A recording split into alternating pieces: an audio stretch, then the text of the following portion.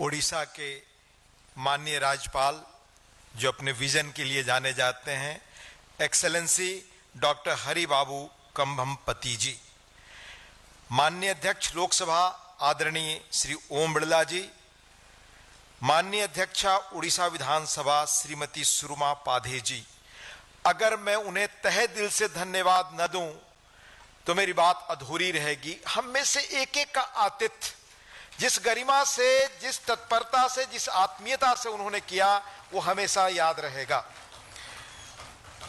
ओडिशा की माननीय उप मुख्यमंत्री श्रीमती प्रभाती परिडा जी, जिनके आपने विचार और प्रयास सुने, जिन्होंने कैसा संकल्प लिया है हालात को बदलने के लिए और उल्लेखनीय काम कर रही हैं।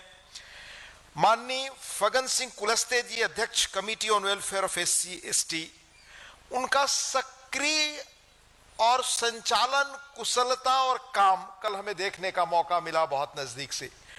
जिस तरह उदारता से हर एक व्यक्ति को अपनी बात रखने का अवसर उन्होंने दिया और कुशल संचालन किया, और जिनके बिना यह कार्यक्रम पूरी तरह बहुत सफल और ऐतिहासिक नहीं बन पाता, उन्हें भी बहुत धन्यवाद।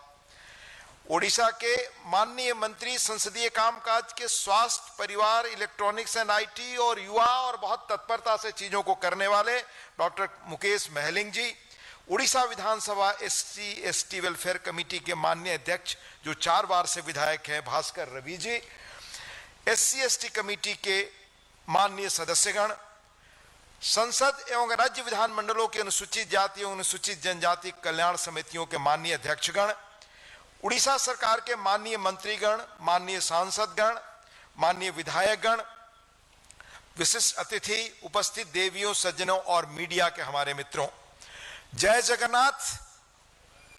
पुनः मैं उल्लेख करना चाहूंगा कि लोकसभा अध्यक्ष जी को जो भी धन्यवाद हम दे सकें वो कम है। कुछ कारणों से आपने संसदीय और विधान मंडलों की समितियों के बीच संवाद स्थापित करने के लिए हर राज्य में ऐसे सम्मेलनों पर विचार किया जिसे विधायी निकायों के बीच संवाद कायम हो सके। यह बड़ा उल्लेखनीय प्रयास है। ये सम्मेलन रचनात्मक संसदीय संघवाद का जीवंत प्रतीक है। देश के सामने ज्वलंत मुद्दों पर दलीय राजनीति से ऊपर उठकर एक राय कायम करने का सशक्त मंच देते हैं। आजकल जब विधायिका और संसद की स्थिति जो है उसमें बहुत प्रभावी ढंग से ये समितियां, ये विचार विमर्श काम कर रहे हैं, इसके लिए भी माननीय लोकसभा अध्यक्ष जी को धन्यवाद। बहुत वर्षों बाद, दशकों बाद ऐसा प्रयास पहले दिल्ली में होता था, पर संसदीय और विधान मंडलों की समितियों के सम्मेलन के दिल्ली के बाहर सफल आयोजन पहली बार हो रहे हैं। इसलिए भी माननीय लोकसभा अध्यक्ष जी को धन्यवाद।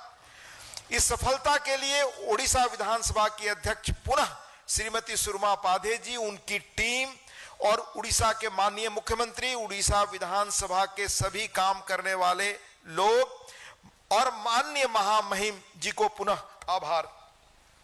कल के सम्मेलन में 32 विचार सुनने को मिले 31 वक्ताओं द्वारा। बहुत विस्तार से कुलस्ते साहब जी ने इन सब चीजों के बारे में बताया, पर जो उल्लेखनीय पहलू मेरी दृष्टि में रहे, हर किसी ने शिक्षा, उच्च शिक्षा और छात्रवृत्ति पर जोर दिया। विकसित भारत के लक्ष्य की ओर बढ़ते देश के लिए शिक्षा पर यह आम सहमति बहुत उत्साहवर्धक संकेत है।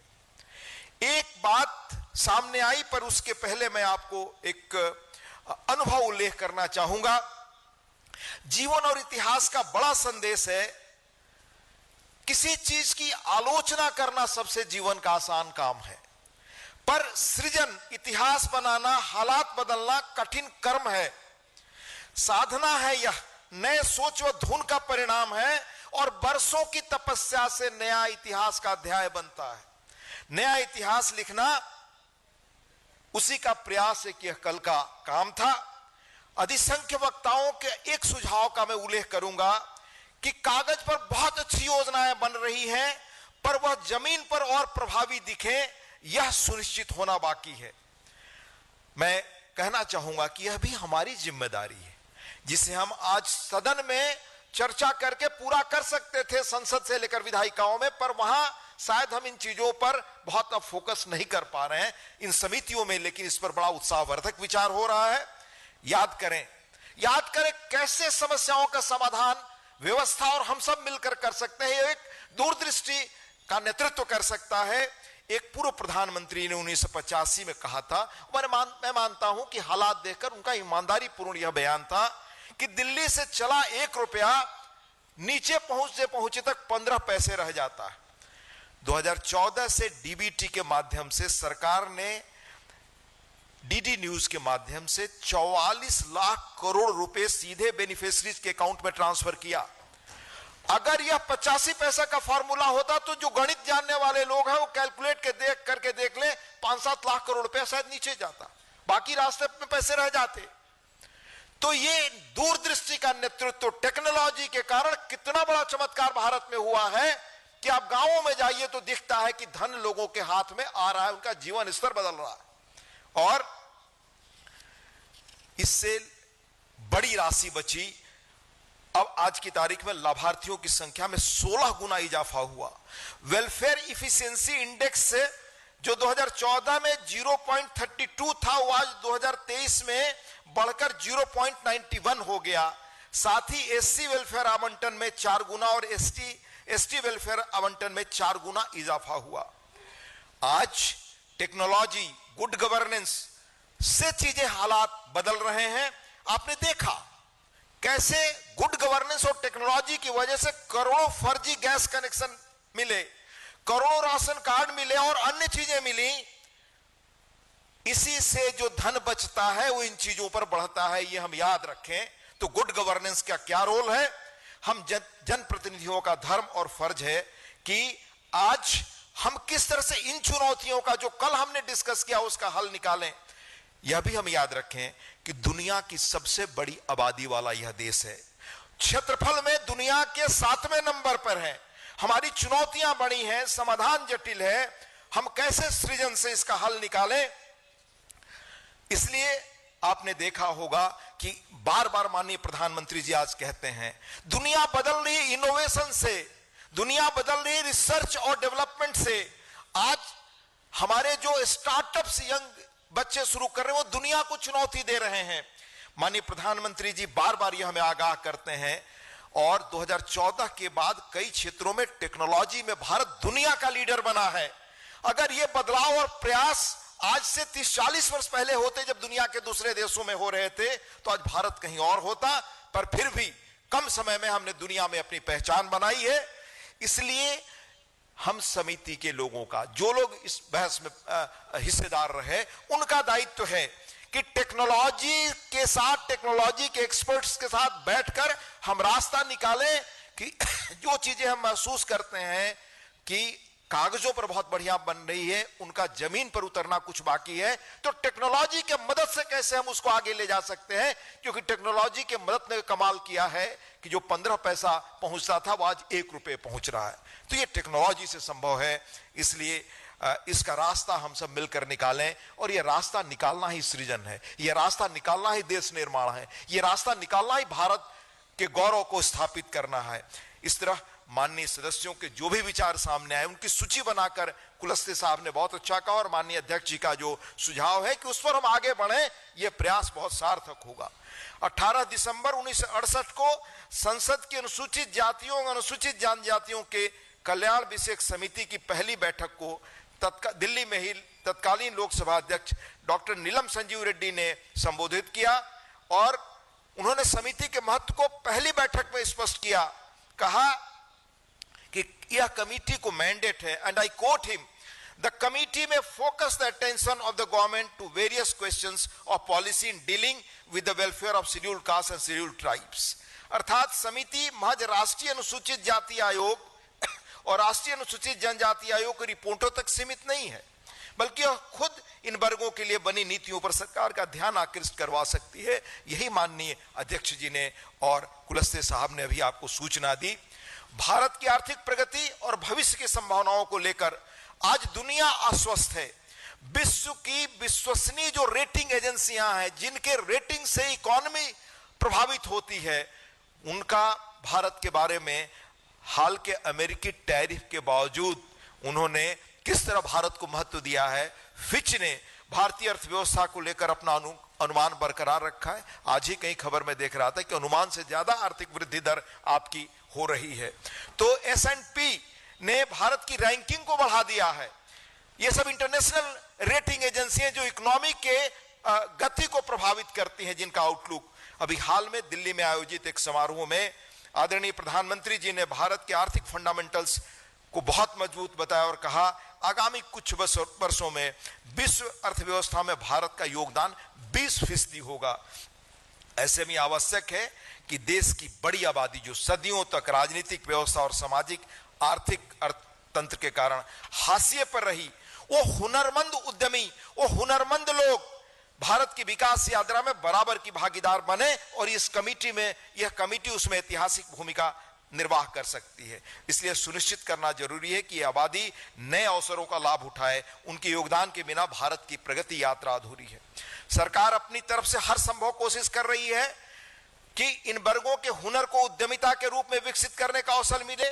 मुद्रा योजना के तहत कुल कितने लोन दिए गए हैं, उनमें से 52 crore loan numbers of beneficiaries में से आधे SC ST या फिर OBC वर्गों के। स्टैंड अप इंडिया के तहत लगभग 50,000 SC और 16,000 ST उद्यमी और 10 लाख से 1 करोड़ तक का लोन उनको मिला। पारंपरिक काश्तकारों के लिए PM विश्वकर्मा योजना के तहत 5.80 लाख SC और लगभग 2.5 लाख ST लाभार्थियों को सहायता मिली है। 87 फॉरेस्ट प्रोड्यूस जिसे कहते हैं वन उत्पादों पर सरकार ने MSP निर्धारित की है। इसके अलावा राज्य सरकारों को केंद्र द्वारा निर्धारित MSP को 10% तक बढ़ाने की भी अनुमति है। सरकार की नीति रही है कि केंद्र सरकार की सालाना सरकारी या सरकारी उपक्रमों द्वारा की जाने वाली खरीदों में से 25% ऑर्डर सूक्ष्म या छोटे उद्यमियों को दिए जाते हैं, जिसका 4% अनुसूचित जाति जनजाति के उद्यमियों को दिया जाना है। इसलिए सरकार ने SC ST हब बनाया है। ऐसे उद्यमियों को सरकार प्रशिक्षण और पूंजीगत आर्थिक सहायता भी उपलब्ध कराती है। इस योजना के तहत अब 1.45 लाख SC ST उद्यमी लाभान्वित हुए हैं। कल बात प्रशिक्षण की हो रही थी, कई सुझाव आए थे। ये ऑलरेडी योजना चल रही है। इसको और कैसे व्यापक किया जाए, बढ़ाया जाए, इस पर सरकार से बात करनी चाहिए। आज हम टेक्नोलॉजी युग में है और टेक्नोलॉजी दुनिया को बदल रही है। बार बार प्रधानमंत्री जी भी कहते हैं हमारे बच्चे कैसे पढ़ाई में महारत निकले कि उनकी खोज की हुई टेक्नोलॉजी दुनिया को बदले। आज इस तरफ भारत सोच रहा है, संकल्प ले रहा है। टेक्नोलॉजी ही भविष्य में व्यक्ति, समाज और देशों का सामर्थ्य तय करेगी। टेक्नोलॉजी स्थापित सोशल स्ट्रक्चर्स को डिसरप्ट करने का ताकत रखती है। टेक्नोलॉजी के प्रगति हर चरण में स्थापित सामाजिक समीकरण को बदलते हैं। नई टेक्नोलॉजी के साथ सत्ता, संसाधन और संपन्नता का फिर से बंटवारा होता है। ये इतिहास का सत्य है।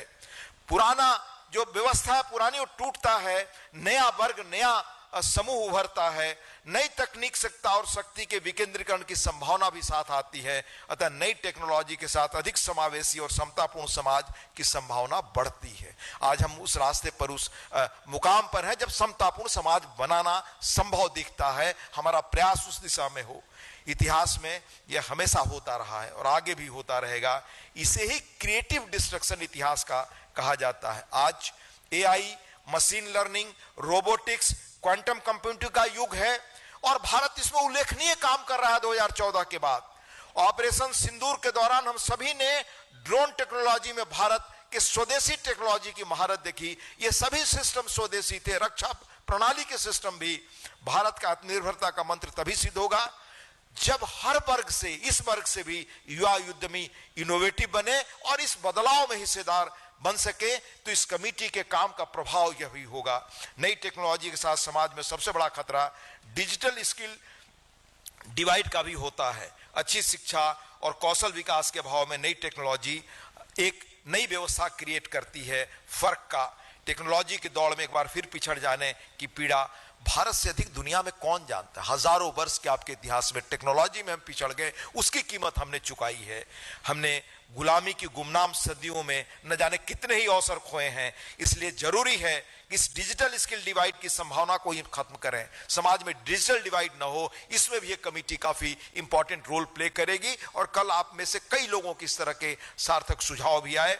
इसलिए संसदीय समितियों से और विधानसभा की ऐसी समितियों से अपेक्षा होगी कि वे अनुसूचित जाति और अनुसूचित जनजाति के मेधावी युवाओं को, प्रतिभाशाली उद्यमियों को भविष्य के लिए तैयार करें। इसलिए सरकार का जोर टेक्नोलॉजी स्किलिंग, उद्यमिता और इनोवेशन पर है। इस सम्मेलन के दौरान विचार मंथन से सम्मति का जो अमृत निकला है वो समावेशी राजनीति, समरस समाज बनाने में विधायी निकायों और सरकार का मार्गदर्शन करेगा, लोकतंत्र की जड़ों को मजबूत करेगा, भारत का सामर्थ्य बनाएगा और दुनिया स्तर पर भारत जो ताकत के रूप में उभर रहा है उसको मजबूती देगा। इसी विश्वास के साथ इस सम्मेलन को मैं देखता हूं। मैं बहुत आभारी हूं पुनः आपके बीच होने के लिए, निमंत्रण मिलने का और अवसर पाने का। आप सबको बहुत धन्यवाद। जय हिंद, उत्कल बंदे। बहुत बहुत धन्यवाद।